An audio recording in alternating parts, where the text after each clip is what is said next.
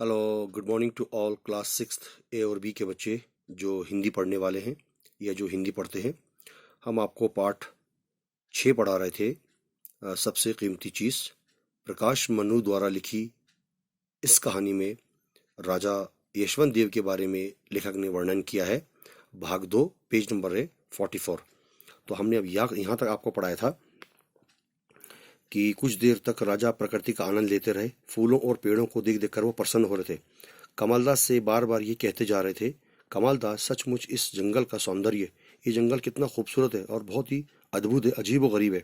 घना जंगल होने के कारण इतनी शांति और सुगंधित खुशबूदार हवा बह रही है, जरा भी थकान महसूस नहीं होती है। हमें थोड़ी भी थकावट का कोई एहसास नहीं हो रहा है। यहाँ तक हमने आपको पढ़ाया था। इसके आगे का भाग यहाँ से देखिए। मीलों दूर तक वे उस जंगल में घोड़ा दौड़ाते रहे, चलते रहे।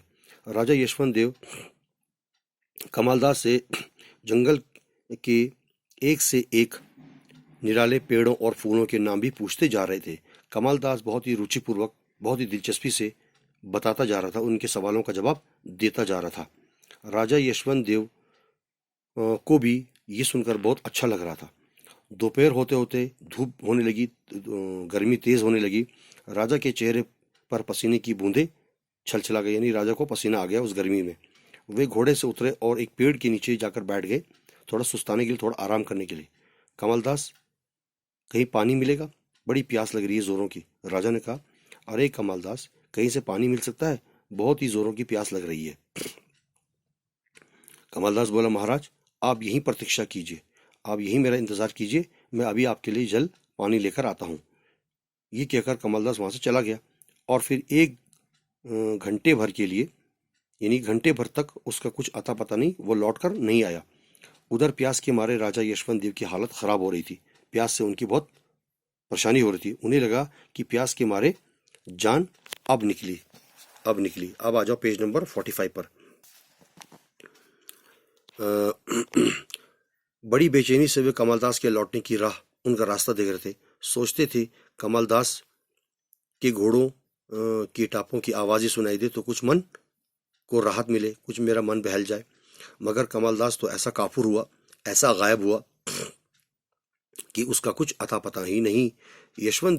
राजा यशवंत देव ये सोचने लगे कि कहीं ये उसकी कोई चाल तो नहीं है, मुझे कोई ये मारने के लिए तो नहीं लाया यहाँ। मगर वे क्या कर सकते? उनमें तो इतनी ताकत भी नहीं थी कि घोड़े पर बैठकर वापस राजमहल पहुंच सकते।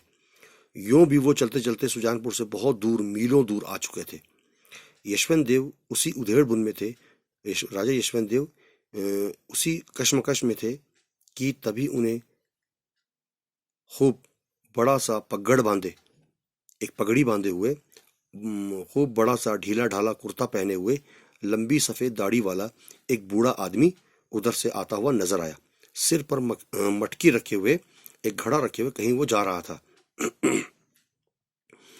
यशवंत देव को कुछ उम्मीद बंधी। उन्हें लगा कि अब शायद उसके प्राण बच जाएंगे, शायद उसे कुछ पानी मिल जाएगा। ये बूढ़ा बहुत दयालु हो, वो सोचने लगे मन में, तो उनके लिए जरूर कुछ न कुछ करेगा। और क्या पता कि उसके सिर पर रखी हुई जो मटकी है उसमें पानी ही हो। उन्होंने दूर से पुचका कर कहा, सुनिए बाबा जी, सुनिए। ये तमाम बातें राजा के मन में चल रही थी। उन्हें ऐसा लग रहा था कि मेरे साथ ऐसा हो जाए तो बहुत अच्छा है। उन्होंने दूर से कहा, सुनिए बाबा जी, मेरी बात सुनिए। बूढ़े ने सुना तो वो पास आ गया।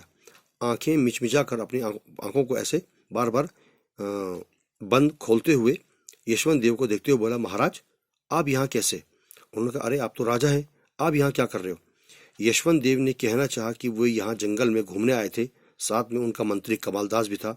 कमालदास तो पानी लेने चला गया और वे यहाँ बेहाल बैठे उसके इंतजार कर रहे हैं। ये राजा यशवंत देव बूढ़े से कहना चाहते हैं, लेकिन प्यास के मारे वो कह नहीं पा रहे हैं। पर इतनी सी बात कहने के लिए भी राजा यशवंत देव के गले से आवाज नहीं निकल रही थी। किसी तरह से हाँफते हुए, मतलब प्यास के मारे उनका गला सूख रहा था, और हाँफते हुए बूढ़े को अपनी पूरी बात टुकड़ों में, यानी रुक रुक कर उन्होंने उस आने वाले मुसाफिर को अपनी बात समझाई। आप लोग बच्चे जितने भी पढ़ रहे हैं, समझ रहे हैं या सुन रहे हैं, वो आप तस्वीर में देख सकते हैं पेज नंबर 45 पर कि राजा किस प्रकार से इस बुजुर्ग आने वाले मुसाफिर से अपनी बात बता रहा है, कह रहा है। ठीक है, तो यहाँ तक हमने आपको इसका भाग 2 पढ़ा दिया। अब यानी कल आगे आने वाला दिन जो है हम आपको भाग 3 इसको पूरी तरह से पढ़ाएंगे और उसके बाद प्रश्न उत्तर आपको देंगे। धन्यवाद।